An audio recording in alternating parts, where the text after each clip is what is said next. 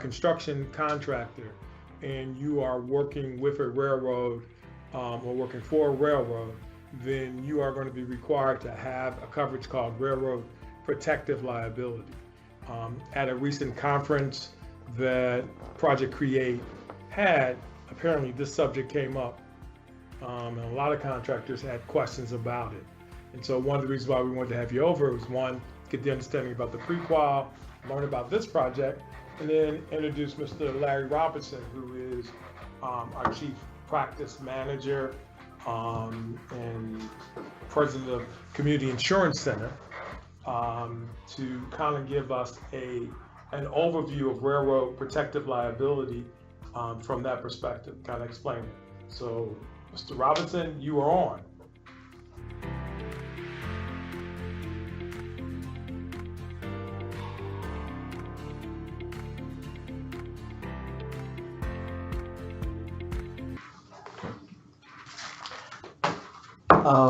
You just speak just a little louder, so make sure we got everybody. Haven't spoken. Okay, so make sure. Good. Okay. Work activity near railroads creates an insurance quandary. You actually don't have to be employed by the railroad, but obviously if you're employed by the railroad, then you're going to be working near rail lines. And so what we want to do is examine that quandary and then examine the solutions that the market has provided with regard to that. So with regard to Railroad Protective, we're going to touch on why it exists, what it covers, and how coverage is provided.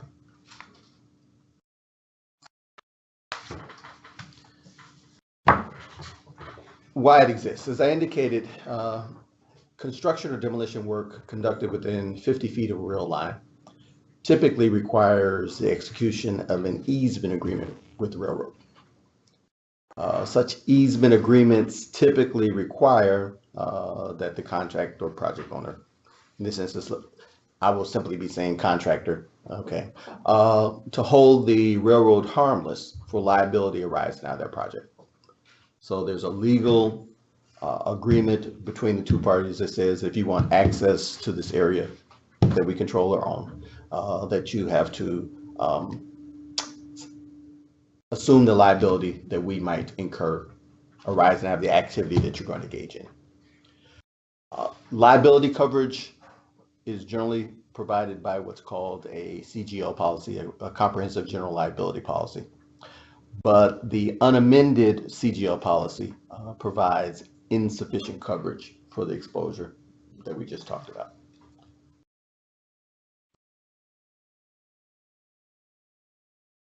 So what are the limitations in the CGL policy? Okay, well, first, there's a general misunderstanding.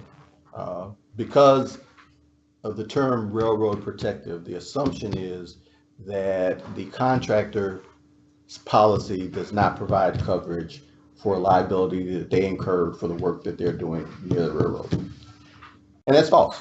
Actually, they're protected whether they're within 50 feet or not within 50 feet. It's actually a different element of the coverage that causes the problem. So they are protected. But what we just talked about is that the railroad wants more than just them to be protected. So the CGL does not exclude liability for the contractor's activity within 50 feet. But what it does exclude, okay, is certain types of contractual liability that is assumed by the contractor. One, the easement itself. The policy says we will provide liability for contractual assumption of the liability of others for easements, except if that easement involves work within 50 feet of a rail line. In addition, the contracts that are covered also include a provision for the assumption of what's called tort liability, liability of someone else that wouldn't already exist. And it also has an exception for the 50 feet within railways. So what we have is two elements of the coverage that have an exception specifically for what arises out of the easement agreements. So the result of that is that the policy provides no protection for the liability that the contractor assumed on behalf of the railroad. Okay. Now, a hold harmless agreement doesn't require you to have insurance. It just means that when the bill comes in, you're going to pay it. The most efficient way to make sure that you can pay that is to pass that on to an insurance company for a premium. Okay, so what we have is the contractor has told the railroad, we're going to do the work in this area, and if something goes wrong, we'll pay for it. And what we want is for their insurance protection to be extended so that the insurance companies are the one that actually has to pay for as much of that as possible. Okay, we all know that insurance policies have exclusions, so it will never assume the full liability that indemnity and hold harmless agreement has created, but it will assume as much as would have been protected if the work occurred outside of the 50 feet.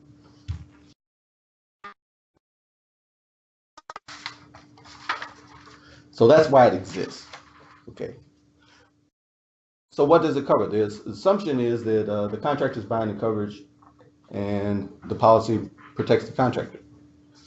No, the contractor is buying the coverage on behalf of the railroad to protect the railroad from the activity of the contractor. Okay, so the contractor actually cannot be added to the policy, is not added to the policy. So Union Pacific or someone else will be the name on the policy. Okay, so it's providing protection for the railroad. One element of that protection is liability arising out of the specific project. Okay. Can you hear me? Yes. I just saw another question. Okay, I saw a question coming in. I'm here. Okay. I'm fielding questions. Okay, Matt has the questions. I'll keep talking. Keep Okay. going. Yeah, I got the question. And if I had answered the question, he'll probably tell me. Okay. All right. So like a general liability policy, okay, it covers bodily injury and property damage.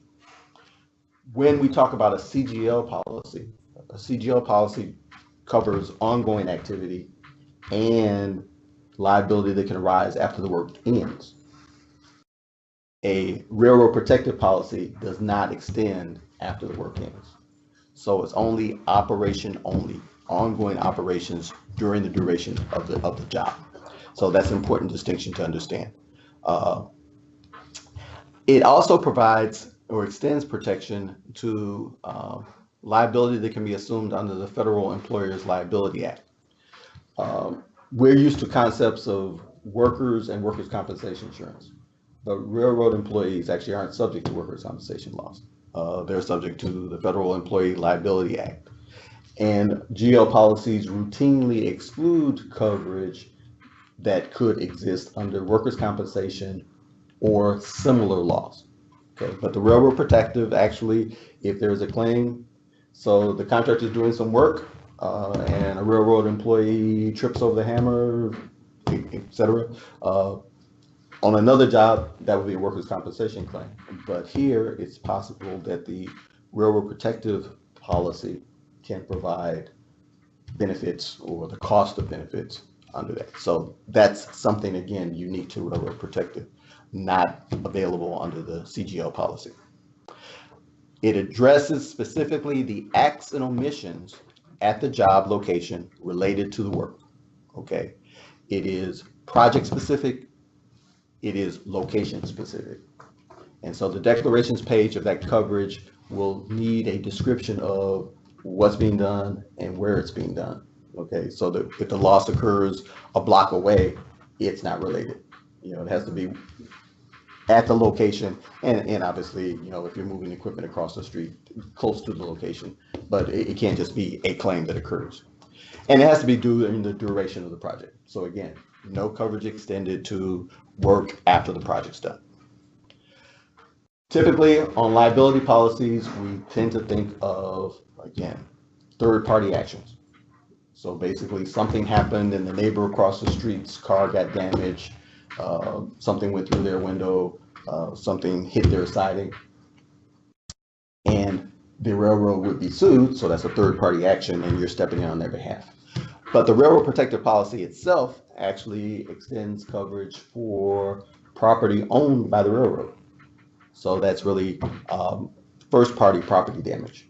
You typically don't have both combined in a contract. Railroad protective provides exposure for that as well. Okay, it has to be a property that's owned, leased, or entrusted to the railroad, and it must result from the work. But again, we have a blended policy that provides third party liability and direct damage to property owned by the railroad.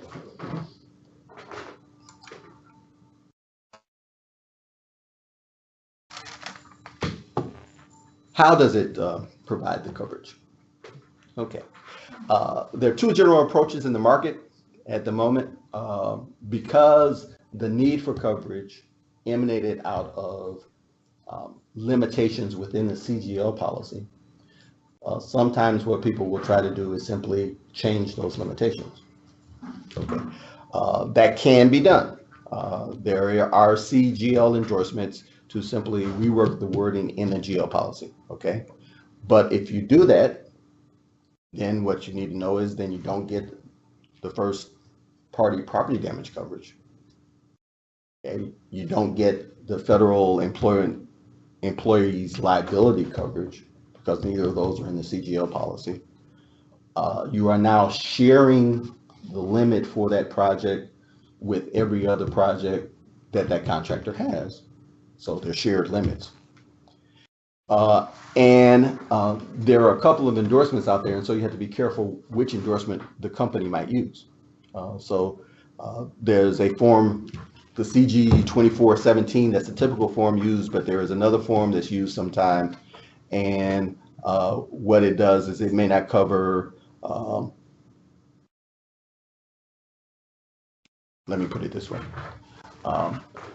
When I said previously that the policy provides coverage for liability for the railroad, it actually didn't say only liability arising out of the work of the contractor.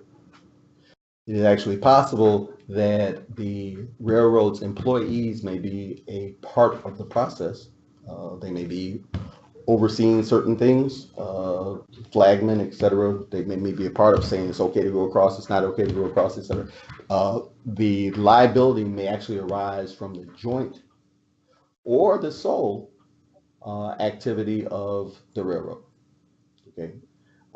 Now I'm not going to go into the fact that Illinois law may attempt to mitigate or prohibit the sole liability, but let's say at least joint liability. Okay. Amending the CGL policy may not give you the breadth of coverage, okay, with regard to that, because they may use an endorsement and specifically X out the impact of the railroad staff. Okay. The other approach is to go with a freestanding policy. So you can use an endorsement to the CGL to amend specific components of the CGL, or you can buy a separate policy. Benefits of separate policy is you get the first party property damage coverage, you get the federal employees liability coverage, it provides separate and distinct limits. Okay, remember, you've assumed the liability, so if the claimant comes in and you've reached the cap of liability under your CGL policy, then it's coming out of your pocket. Having separate coverage with distinct limits applicable only to the exposure of the railroad then mitigates the possibility that you may cap out and need to pay cash as opposed to passing on to the insurance company. And then it also can provide protection for the acts of the railroad staff itself.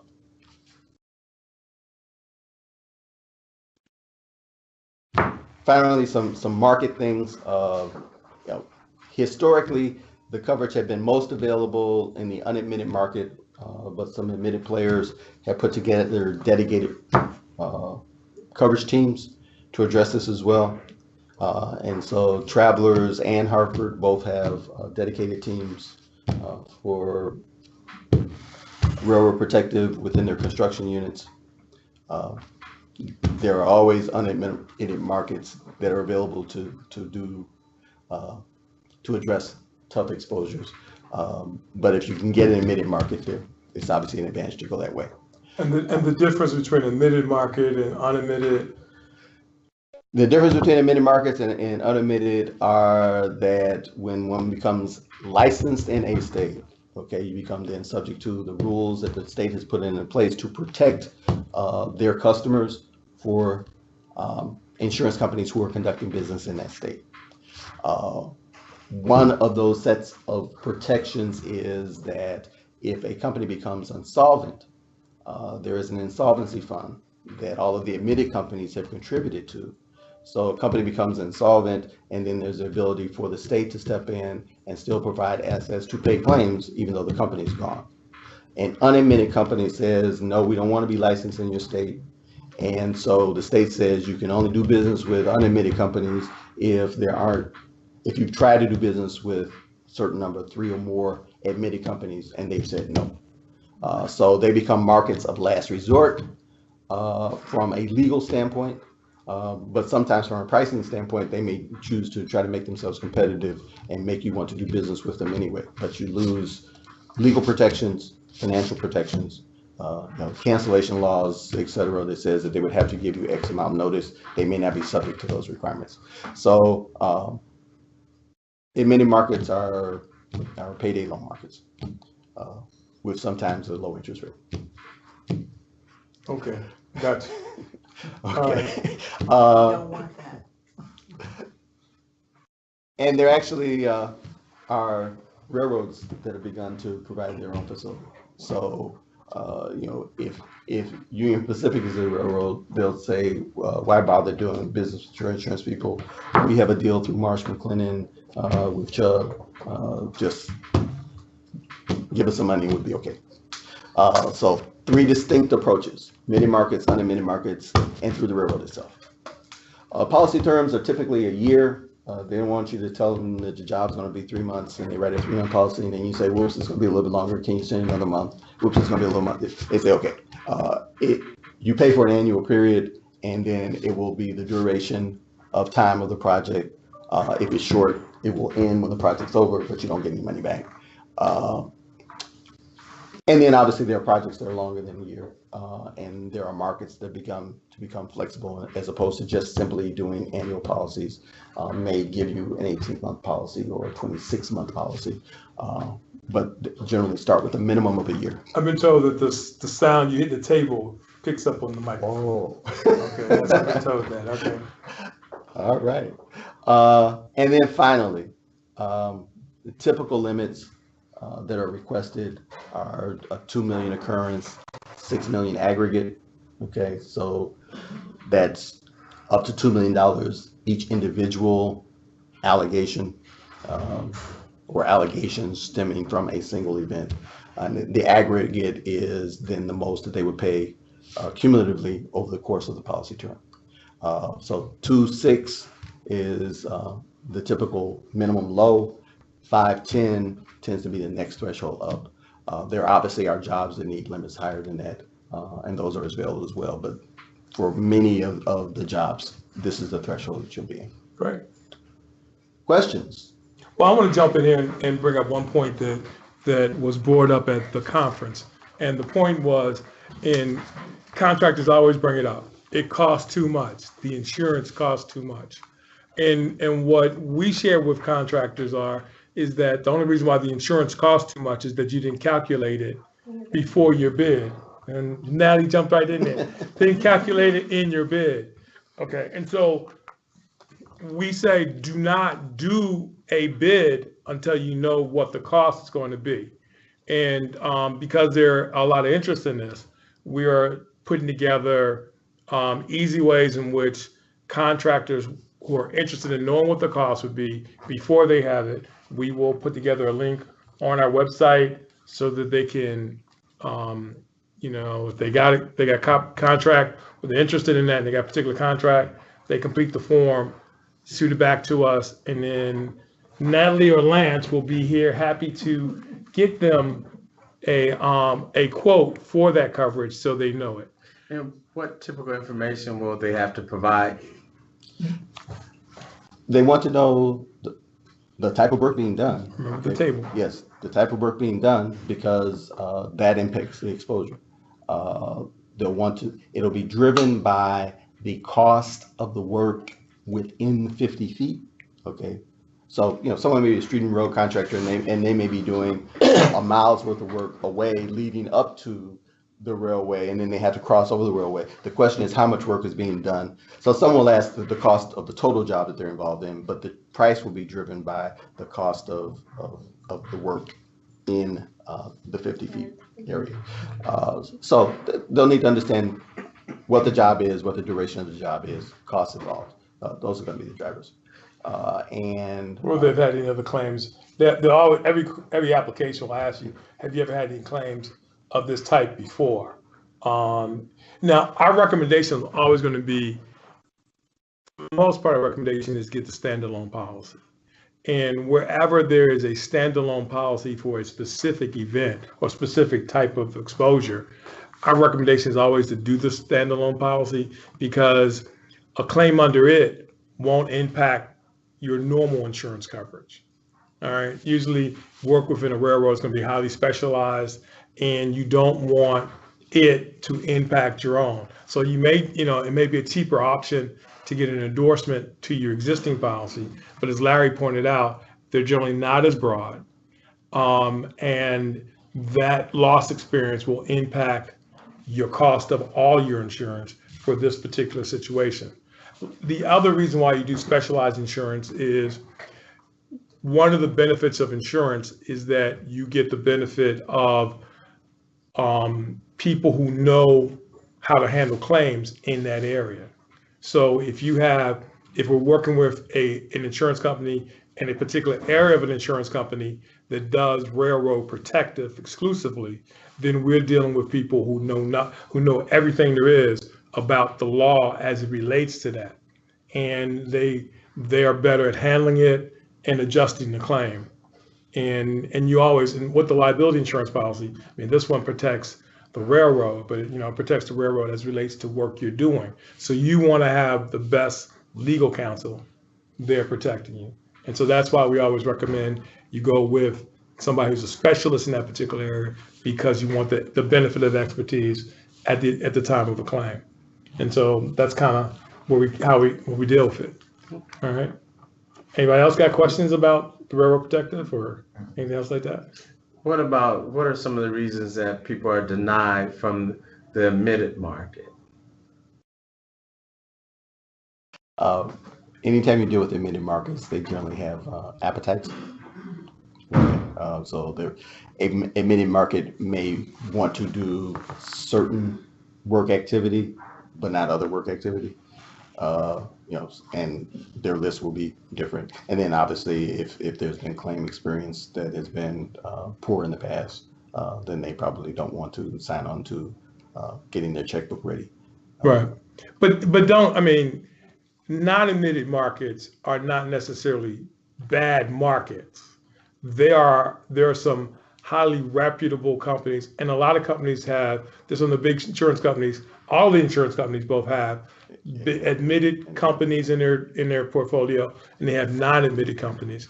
The other reason why they do non-admitted is that when you are admitted, you have to file your form, and everything has to follow along with the way the form has been filed with everybody else. When you're non-admitted, you can do specialized coverages, which means they're more inclined to take on they're a little more hazardous type occupation. So sometimes companies prefer to go the non-admitted market route because they want more hazardous type activities.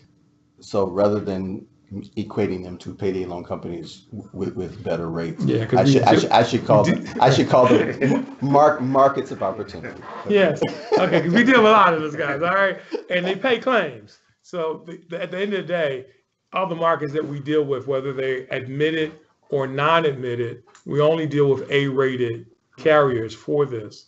It is just that the non-admitted versions of it have a little more flexibility when it comes to pricing and their broader appetites. And that's really it. Okay.